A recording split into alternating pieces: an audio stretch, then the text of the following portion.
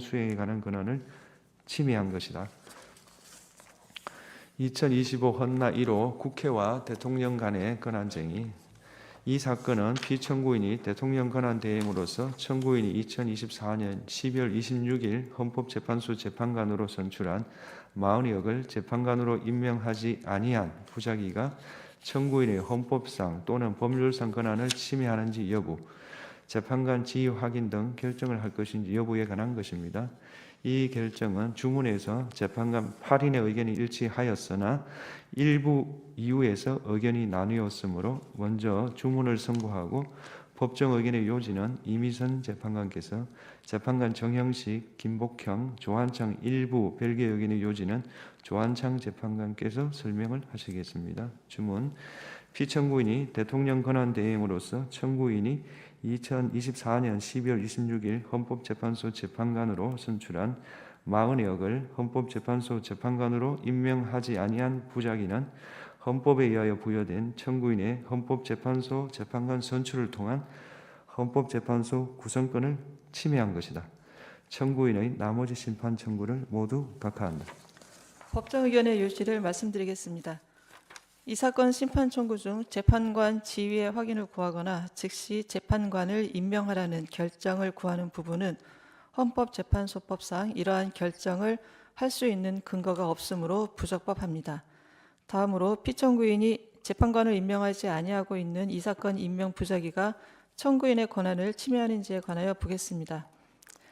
먼저 이 부분 심판 청구를 위하여 별도의 본회의 의결이 필요한지 여부에 관하여 보면, 권한쟁의 심판 제도의 의의는 헌법기관의 침해된 권한을 회복하여 헌법적 권한 질서와 헌법의 규범적 효력을 보호하고자 하는 데 있고, 헌법이나 국회법, 헌법재판소법 등에서 청구인의 권한쟁의 심판 청구에 관한 절차적 규제를 두고 있지 않은 점을 고려해 볼 때, 청구인이 권한쟁의 심판을 통해 보호하고자 하는 권한과 관련하여 이미 본회의 의결을 통해 그 권한 실현 의사를 결정하고, 나아가 그와 같이 결정된 의사가 다른 국가기관에 의하여 침해되었음을 확인한 경우에는 청구인을 대표하는 국회의장은 그 대표권에 기하여 청구인의 권한 침해에 대한 방어적 행위로서 해당 국가기관을 상대로 권한쟁의 심판을 청구할 수 있고, 권한쟁의 심판을 청구하기 위한 별도의 본회의 의결은 필요하지 않다고 보는 것이 타당합니다. 이 부분 심판 청구는 2024년 12월 26일자 본회의 의결로 이루어진 청구인의 재판관 선출에 기초한 것이고, 위 재판관 선출 의결 이후 있었던 국무총리에 대한 탄핵소추안의 의결은 청구인의 선출권이 대통령 권한대행이던 국무총리의 재판관 미임명에 의하여 침해되었음을 본회의 의결을 통해 확인한 것으로 볼 수 있습니다. 따라서 국회의장이 청구인을 대표하여 제기한 이 부분 심판 청구는 권한쟁의 심판 청구 제기 여부를 독립된 안건으로 하여 본회의의 의결을 거치지 않았더라도 국회의장의 대표권의 범위 내에서 적법하게 제기된 것으로 볼 수 있습니다. 이 사건 임명 부작위가 청구인의 헌법상 권한을 침해하는지 여부에 관하여 보겠습니다. 헌법 제111조 제3항이 재판관 9인 중 3인은 청구인이 선출하는 자를, 3인은 대법원장이 지명하는 자를 임명하도록 한 것은 입법부, 행정부, 사법부가 헌법재판소 구성에 동등하게 참여하도록 함으로써 권력 상호 간의 견제와 균형을 도모하고 헌법 수호와 국민의 기본권 보장을 사명으로 하는 헌법재판소가 중립적인 지위에서 헌법재판 기능을 수행하도록 하기 위한 것입니다. 따라서 헌법이 청구인에게 부여한 재판관 선출권은 헌법재판소를 구성할 권한을 의미하는 것으로 독자적이고 실질적인 것이므로 대통령은 청구인이 선출한 사람에 대하여 재판관 임명을 임의로 거부하거나 선별하여 임명할 수 없습니다. 즉, 대통령 또는 대통령의 권한을 대행하는 국무총리나 국무위원은 청구인이 재판관으로 선출한 사람이 헌법과 헌법재판소법에서 정한 자격 요건을 갖추고 그 선출 과정에 의회 민주주의를 원칙으로 하는 헌법 및 국회법 등 법률을 위반한 하사가 없는 이상 그 사람을 재판관으로 임명할 헌법상 의무를 부담합니다. 따라서 2024년 12월 27일부터 대통령의 권한을 대행하게 된 피청구인은 청구인이 2024년 12월 26일 재판관으로 선출한 3인이 헌법과 헌법재판소법에서 정한 자격 요건을 갖추었고 그 선출 과정에 의회 민주주의를 원칙으로 하는 헌법과 국회법을 위반한 하자가 없는 이상 이들을 재판관으로 임명하여 재판관 공석 상태를 해소하여야 할 구체적인 자기 의무를 부담합니다. 한편 청구인은 헌법재판소 창설 이래 각 교섭단체가 추천 방식에 관해 협의를 하고 그 결과에 따라 재판관 후보자를 추천하면 그 추천 후보자를 재판관으로 선출함으로써 다수당이 일방적으로 재판관 3인 모두를 선출하지 않도록 하여 왔는데 이러한 정치적 관행은 국회가 선출하는 재판관의 정치적 중립성을 담보하기 위한 것이라고 할 수 있습니다. 다만 특정한 내용의 추천 방식이 관행으로 굳어졌다거나 각 교섭단체가 추천하는 특정 후보자에 대해 다른 교섭단체가 합의를 한 경우에 한해 선출하는 관행이 있었다고 보기는 어렵습니다.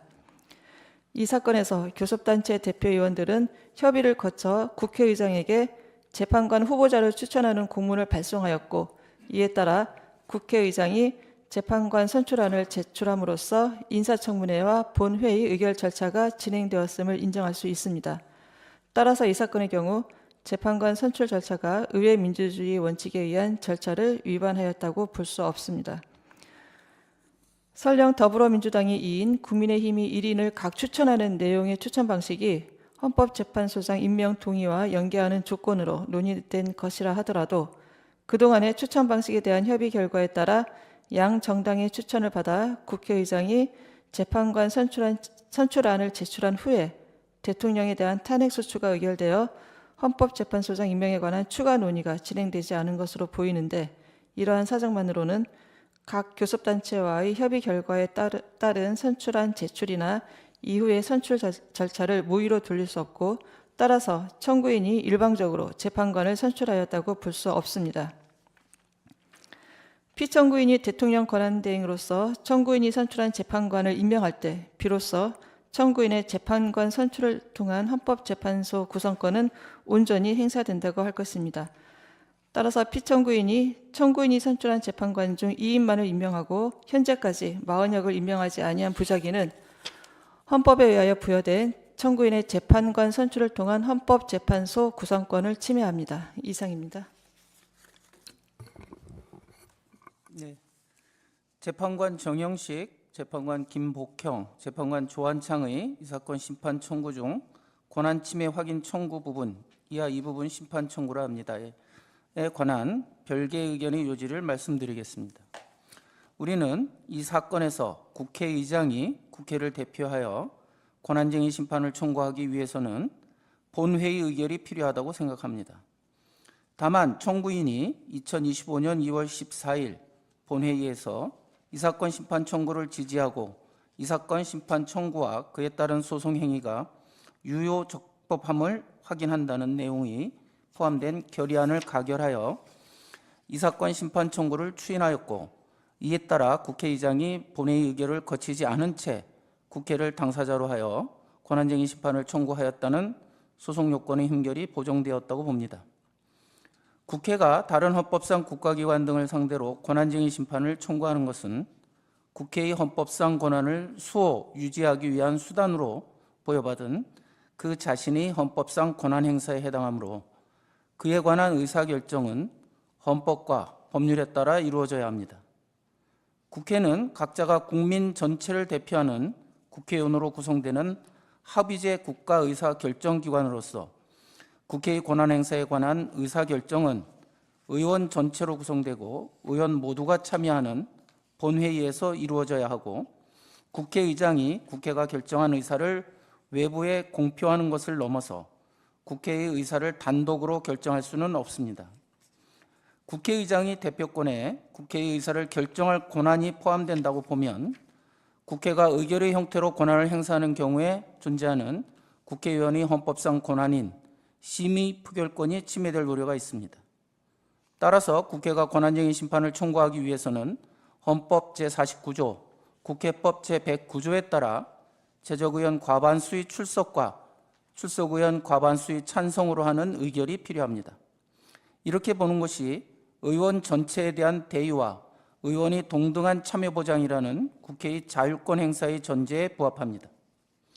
법정 의견은 권한쟁의 심판 청구 여부를 독립된 안건으로 하는 본회의 의결이 없다고 하더라도 다른 본회의 의결을 통해 국회의 침해된 헌법상 권한을 회복하기 위하여 다른 헌법상 국가기관 등을 상대로 권한쟁의 심판을 청구한다는 의사를 확인할 수 있는 예외적인 경우에 국회의장이 그 대표권에 기하여 권한쟁의 심판을 청구할 수 있다고 합니다.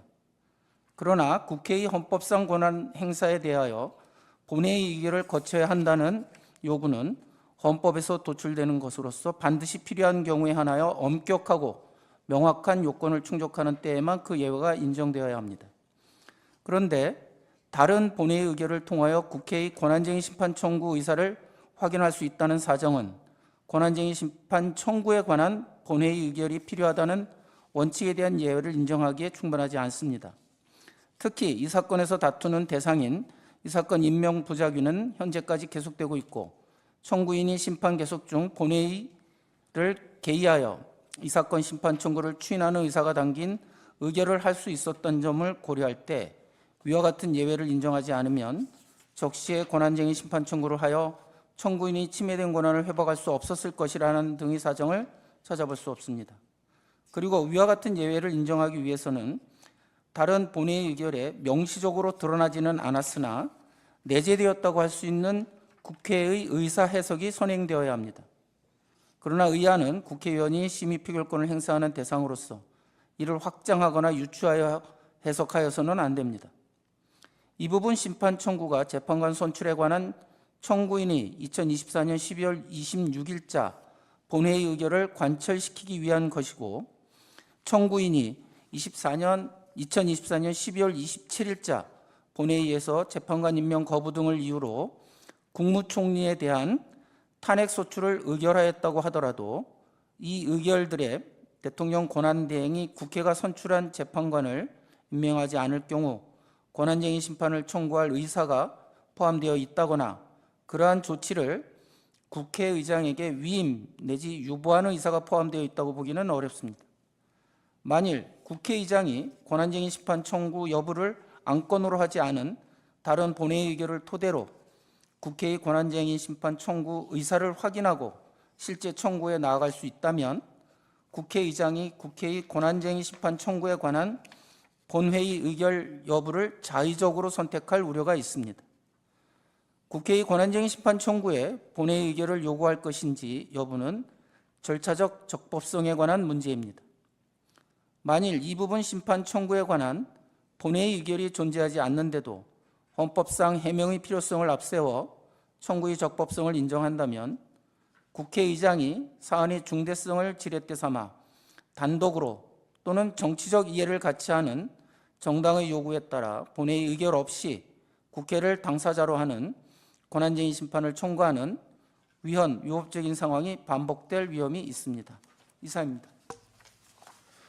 네, 2021 헌바 111호 청구인